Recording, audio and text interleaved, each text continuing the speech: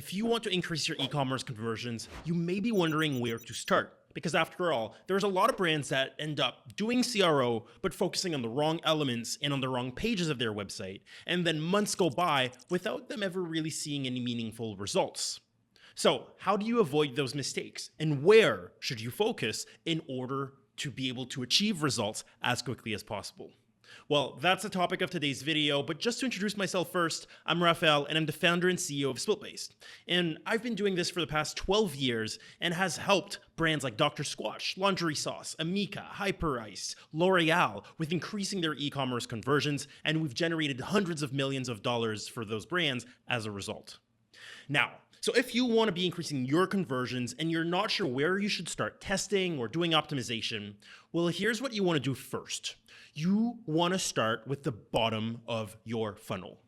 Now, here's what I mean by that, because here's the mistake most brands do. Brands start doing CRO and they generally think that their homepage, because it's one of the most visited pages, and it's obviously one of the most political and visible pages of the website, they think that that's the first page they should focus on for optimization. But that's often a mistake. And the reason for that is, well, there's a couple of reasons. First, well, it may not even be your most trafficked page, right? So if you run paid ads to your product pages, if you have email campaigns sending people to your product pages or to your landing pages, right? You may not even have a significant massive traffic on the homepage, or maybe you do, but it may not be as important as all your product pages combined, or even all your landing pages combined. So one, volume. Second reason why optimizing the homepage first is maybe not the best idea is also because at the end of the day, the homepage is pretty much the furthest away somebody can be from making a purchase on your website. For example, if you are to optimize the product page, well, people are about one click away from adding to cart and a couple clicks away from making a purchase. If people are on a product page, they're already looking at your product and there's a sort of interest that's already established. But people landing on your homepage may or may not even be interested in what you're offering. We're really looking at higher funnel stuff when we're looking at the homepage. So in order to really make a homepage optimization generate a lot of money, well, it has to make significant differences in terms of customer behaviors or psychology in order for that lift to carry all the way through from the homepage to the actual purchase, right? For the homepage to influence the actual purchase, well, a lot needs to happen, and that's a little tougher to do than, say, influencing the purchase from the product page. So that's why, the homepage is a little trickier. It might take more effort in order to get an uplift, and the uplift you get may not directly correlate with an increase in conversions. Now, so where should you start? Well, again, I said you should start with the bottom of the funnel first. What that means is you should look at what's the closest point to purchase in terms of page or element, and how do I make sure I reduce frictions from that point? So what that would be generally is the checkout page, right? So when you're in the checkout flow, if you have a high abandonment rate between payment method and the shipping page, or from the cart to the information page, well, just reducing the abandonment or the drop-offs by 5% there could make a huge difference, because people are already in the process of purchasing.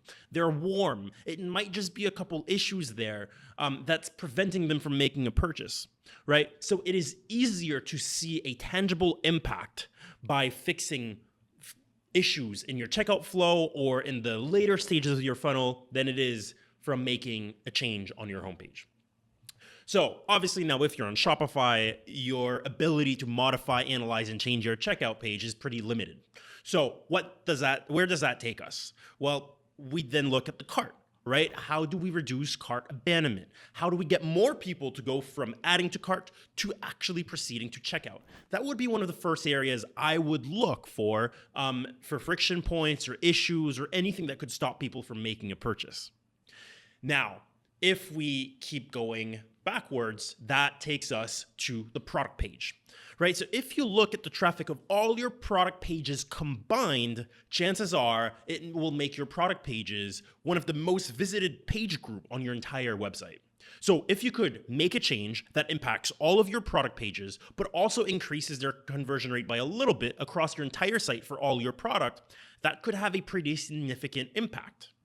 So from the cart, we work our way backwards to the product page, and then that's when I would look into collection pages. And obviously, depending on your product, if you're a single product brand, the collection pages may not be that valuable. But if you have hundreds of SKUs or even thousands, right, the way people browse and the experience in getting people to find the product that they want to buy, optimizing that experience from the collection pages will be incredibly important. Now, after the collection pages, that's probably where we're going to look at the homepage. So working your way backwards and looking at the pages where usually customers are the most likely, or at that point, they're the closest to making a purchase.